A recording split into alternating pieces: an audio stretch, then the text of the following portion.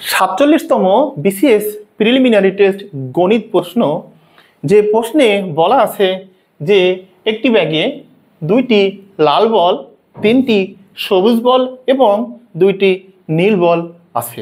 এখন এখান থেকে আপনাকে দৈবভাবে 2টি বল বেছে নিতে হবে।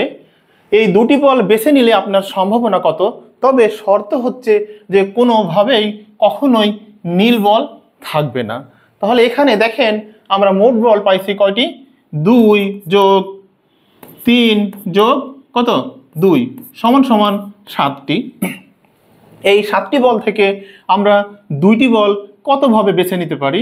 তাহলে 7C2 সমান সমান সূত্র অনুযায়ী আমরা জানি যে NCR ইকুয়াল কত জানি আমরা?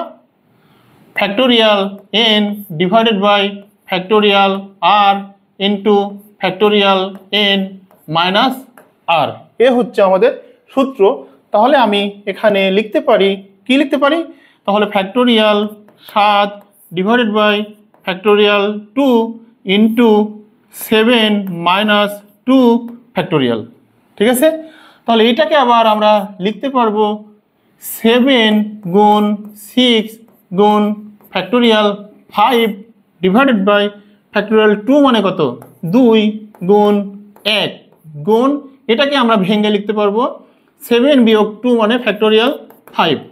এখন আমরা এই ফ্যাক্টোরিয়াল 5 কেটে দিলাম, এখানে পেলাম 6 7 42, 2 দিয়ে কি করব? ভাগ করব, ভাগ করলে পাবো আমরা 21। অর্থাৎ মোট উপায় আমাদের কত পাইলাম? মোট উপায় পাইলাম আমরা 21টি উপায়ে 2টি বল বেছে নিতে পারি। তবে এখানে নীল বলও আছে। শর্ত আমার কি বলছে? শর্ত বলছে যে নীল বল থাকা যাবে না। তাহলে আমি নীল বল বিয়োগ করি। নীল বল যদি বিয়োগ করে দিই 7টা থেকে 2টা, আমি পাবো কয়টা? 5টা না?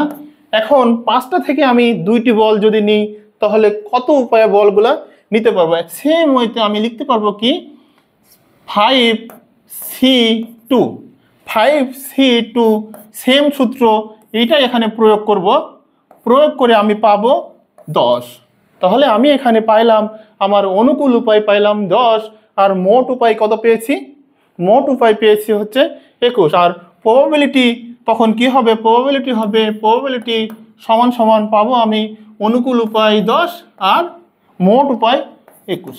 তাহলে আমার উত্তর এখানে আমি পাইলাম ক। আশা করি এই অঙ্কটি বুঝতে পেরেছেন।